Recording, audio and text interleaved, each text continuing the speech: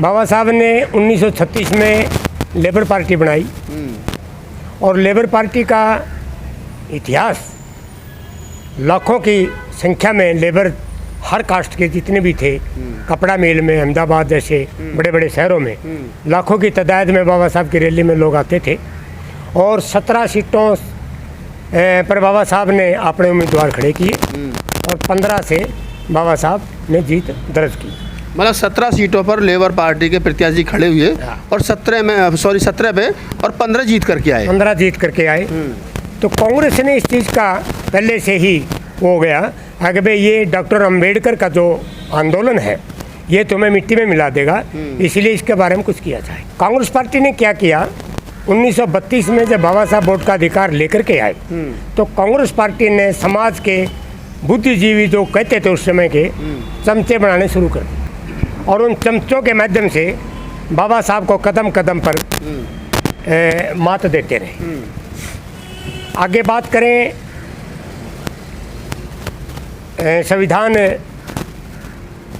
की कमेटी की इलेक्शन की, तो 1946 में जब अंग्रेज़ों ने भारत के अंदर इलेक्शन डिक्लेयर किए संविधान सभा के, तो उस संविधान सभा के इलेक्शनों में उस टाइम भारत के अंदर 2 ही पार्टियां थी।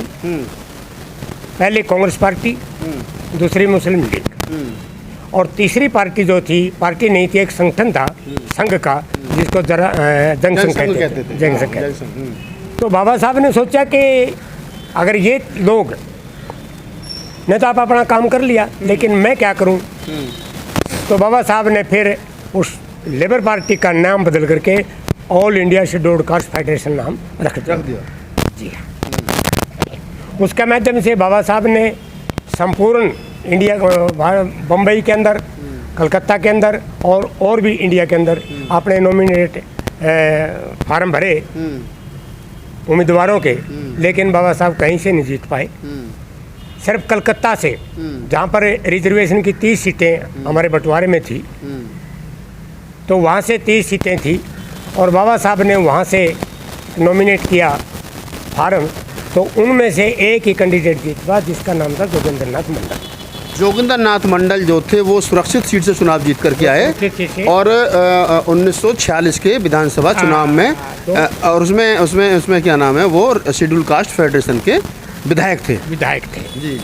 जोगिंदर नाथ मंडल ने 2 जगह से फार्म भरा गया था, 2 विधानसभा से, तो उनमें से एक में जीत दर्ज की, एक मार दे। तो उसके बाद में बाबा साहब डॉक्टर अम्बेडकर के लिए जैसे कहा जाता है कि अगर जोगिंदर नाथ मंडल नहीं होते तो बाबा साहब डॉक्टर अम्बेडकर संविधान सभा में नहीं पहुंच पाते। तो ये क्या मिथक है कि जोगिंदर नाथ मंडल का क्या योगदान रहा बाबा साहब के लिए? यदि जोगिंदर नाथ मंडल ना होते तो शायद बाबा साहब संविधान सभा में नहीं जा सकते थे। ये मेरा अपना मानना है, क्योंकि मैंने जो पढ़ा है, जो विद्वानों ने बाबा साहब के प्रति ग्रंथ लिखे और वो मैंने पढ़े, उनमें ये लिखा हुआ है यदि जोगिंदर नाथ मंडल नहीं होते तो बाबा साहब कभी भी संविधान सभा के मेंबर नहीं बन सकते थे। इसका कारण क्या था? कांग्रेस पार्टी ने अपने 26 MLA जो जीत करके आए 30 में से, उन्होंने सख्त हिदायत दे दी गई थी कि कोई भी अंबेडकर के बारे में कोई भी प्रचार नहीं करेगा और किसी प्रकार का कोई भी योगदान नहीं देगा।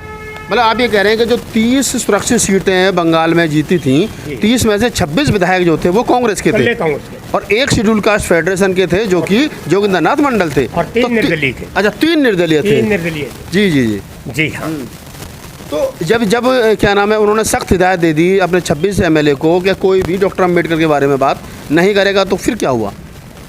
फिर मतलब हिदायत देने के बावजूद भी बम्बई मतलब कांग्रेस कमेटी की तरफ से एक आदमी, एक लीडर भेजा गया वहाँ कलकत्ता के अंदर कि इनके ऊपर इंक्वायरी रखो, क्या कभी कोई बाबा साहब का जो ना समर्थन नहीं करता। तो वो इंक्वायरी के लिए छोड़ा गया, उनकी पूरी इंक्वायरी हुई, पूरा दबाव बढ़ा कर रखा गया। तो जोगिंदर नाथ मंडल ने बाबा साहब को, और उसके अंदर एक शर्त थी कि जो भी विधानसभा से जीत करके आया है वो संविधान सभा के मेंबर को नॉमिनेट करेगा और एक समर्थन देगा, तब जा करके जो ना संविधान सभा का मेंबर बन सकता है, यानी उसका इलेक्शन लड़ सकता है। इलेक्शन लड़ सकता, बन नहीं सकता, इलेक्शन लड़ सकता है। संविधान सभा के मेंबरशिप के लिए। हाँ जी। हाँ। तो जोगिंदर नाथ मंडल ने कहा कि भाई पूरी इंडिया के अंदर मैं अकेला शेड्यूल्ड कास्ट फेडरेशन का विधायक हूँ।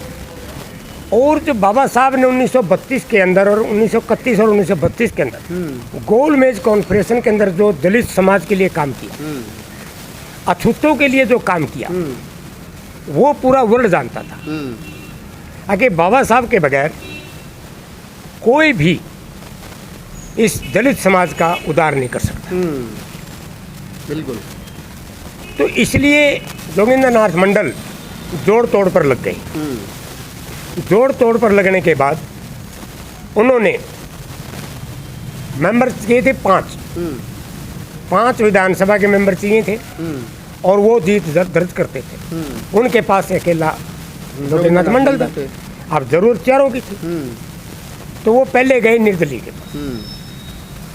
तो उनके पास जाने के बाद कुल मिलाकर के ज़्यादा समय आपका ना लेते हुए बाबा साहब के लिए जोगिंदर नाथ मंडल ने 5 विधायकों का जुगाड़ किया।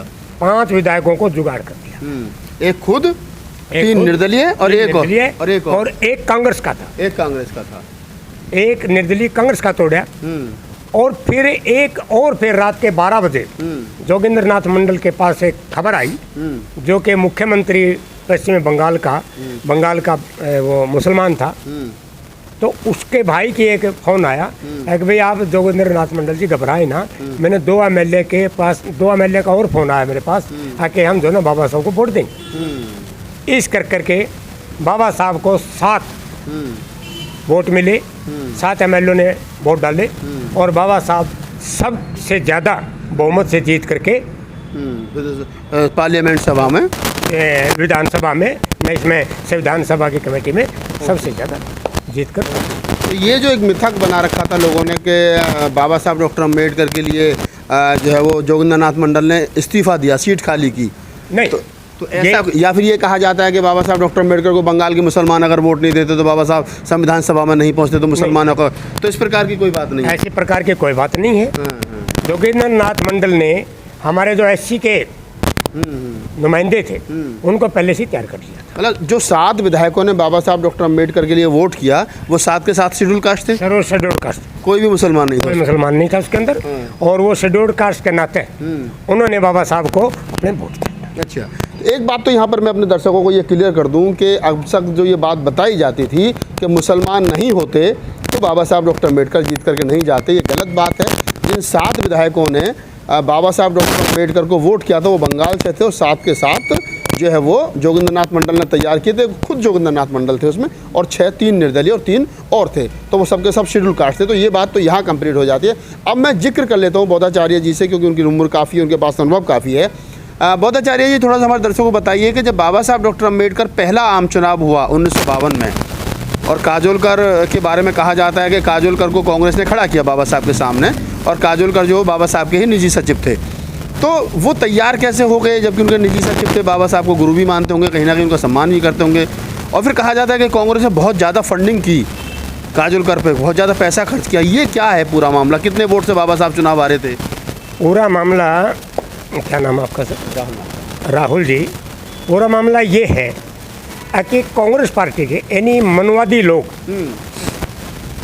बाबा साहब को संसद में जाना देना चाहते ही नहीं थे। वो ये नहीं चाहते थे कि बाबा साहब जो ना जीत करके संसद में आए, लोकसभा में, वो नहीं चाहते। इसलिए उन्होंने एक चमचे को तैयार किया जिसका नाम था करलोजकर।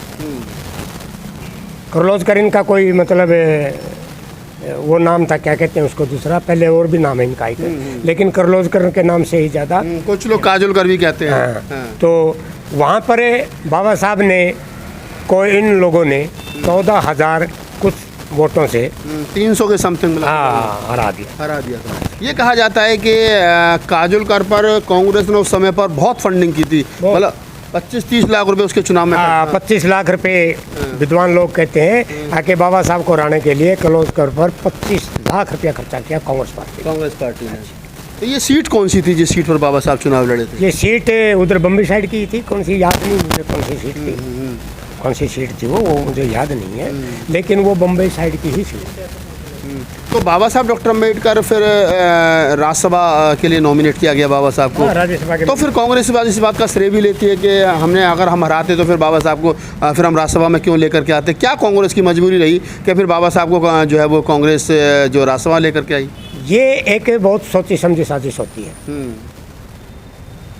एक सोची समझी साजिश ये होती है कि एक सवर्ण जाति का लड़का या दूसरा एक दलित को पीटता है,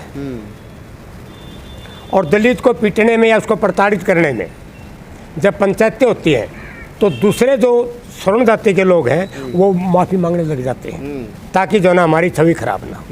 इसलिए कांग्रेस पार्टी की छवि खराब ना हो तो बाबा साहब को उन्होंने राज्यसभा में भेज दिया था। लेकिन बाबा साहब को भेजना लोकसभा में बहुत ज़रूरी था, लेकिन ये कहते थे कि बाबा साहब कोई भी हमारा काम नहीं बनने देंगे और ये अपने ही लाएंगे, और लोग जो ना ऐसा ना हो कभी इसके प्रधानमंत्री की जो ना आवाज़ ना उठ जाए। इसलिए उन्होंने खतरा था बाबा साहब से, उन्होंने बाबा साहब से खतरा था, इसलिए ये साजिश के तहत बाबा साहब को ख़त्म ही करना चाहते थे। ख़त्म ही करना चाहते थे। और ये भी कहा जाता है कि जब बाबा साहब डॉक्टर अम्बेडकर राज्यसभा में पहुँचे तो बाबा साहब डॉक्टर अम्बेडकर प्लानिंग मंत्रालय चाहते थे, लेकिन उनको लॉ मंत्रालय जो है वो दिया गया, कानून मंत्री दिया गया, प्लानिंग मंत्रालय नहीं दिया गया। बाबा साहब डॉक्टर अम्बेडकर के पास लगभग 150 प्लानिंग थी, जिस प्लानिंग के आधार पर वो भारत को आगे ले जाना चाहते थे। आज़ाद भारत के 75 साल के बावजूद भी अभी तक बाबा साहब की लगभग 60 प्लानिंग को भारत सरकार ने अंगीकार किया है। बहुत जी से बात करने का मतलब सिर्फ इतना सा था कि ताकि हमारी जो युवा पीढ़ी है वो ये समझ सके और ये जान सके कि बाबा साहब डॉक्टर अम्बेडकर के बारे में जो गलत सलत बातें रूमर दुनिया भर में फैला रखा है वो नहीं है। सच्चाई ये है कि जब बाबा साहब संविधान सभा के लिए नॉमिनेट हुए थे तो उसमें 7 विधायकों ने वोट किया था और वो 7 के 7 शेड्यूल कास्ट थे, उसमें कोई भी मुसलमान नहीं था। तो ये जानकारी आप तक पहुंचानी थी। अगर आपको ये वीडियो हमारा अच्छा लगे, इस वीडियो के बारे में आपकी क्या प्रतिक्रिया है, हमें ज़रूर दीजिए।